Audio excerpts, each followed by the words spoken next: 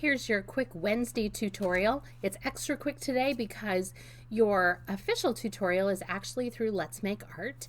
And in a perfect world, I would be able to send you all their kit, but that doesn't really work in our budget, and they are an amazing company. If you haven't heard me talk about them, if you haven't checked out their website, I highly recommend that you do.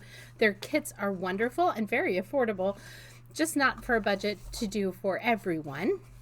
So I have put together similar kits for you, and they are available starting today upstairs at the table behind the circulation desk.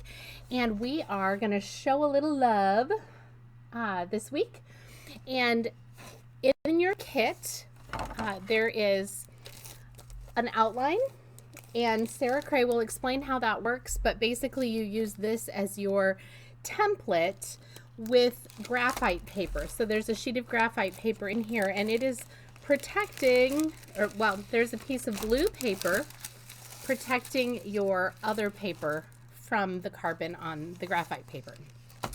So graphite paper gets better and better with age, and she talks about this on the video as well. So keep your graphite paper, and if we ever do any other projects, just let us know and we'll keep any graphite paper that's in a kit, and you can just keep using the same one, because the more you use it, the better it is.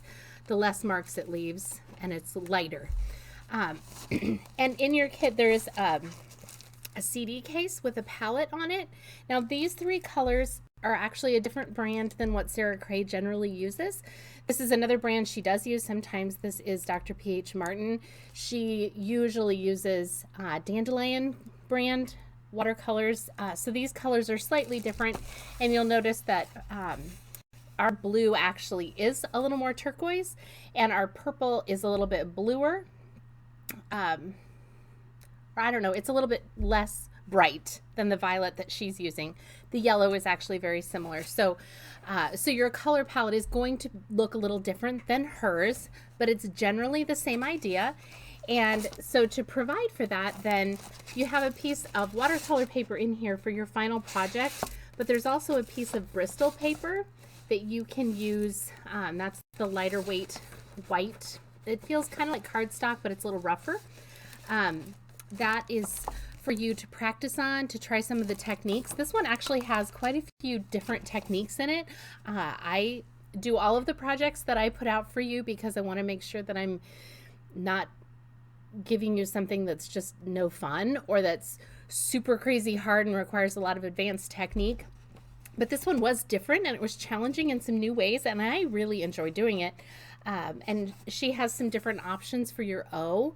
I opted for a flower, and that's what she has in her kit, but you can also just trace the O the same way you do the L, the V, and the E, and do the same thing, or you could make your O a heart. You can do all kinds of different things, and she talks about all of that within the context of the video.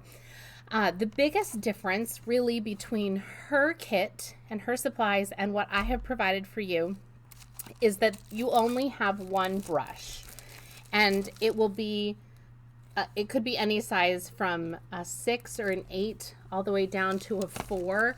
So just keep in mind, I don't have enough brushes to send 2 with everyone. And you all have done a great job of returning brushes and returning supplies, and I really, really appreciate that.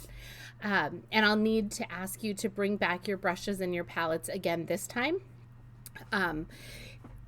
But I just don't quite have enough of those brushes to make sure everybody has a larger round brush and a smaller round brush. But you can absolutely do this with just one size. I did, just to make sure that I wasn't asking something that was not feasible. So I did mine with a slightly larger brush. So it can be done.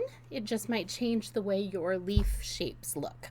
But anyway, it's super fun, and I hope you enjoy it. The kits are available. There's only a certain amount every time, so stop in today and get your kit, and I will link Sarah Cray's video from Let's Make Art Watercolor onto this post as well, and that way you have her tutorial for the actual project and then this one for your information. If you have any questions, and if you have any other questions, concerns, ideas, go ahead and email me, CharitonLibraryKids@gmail.com.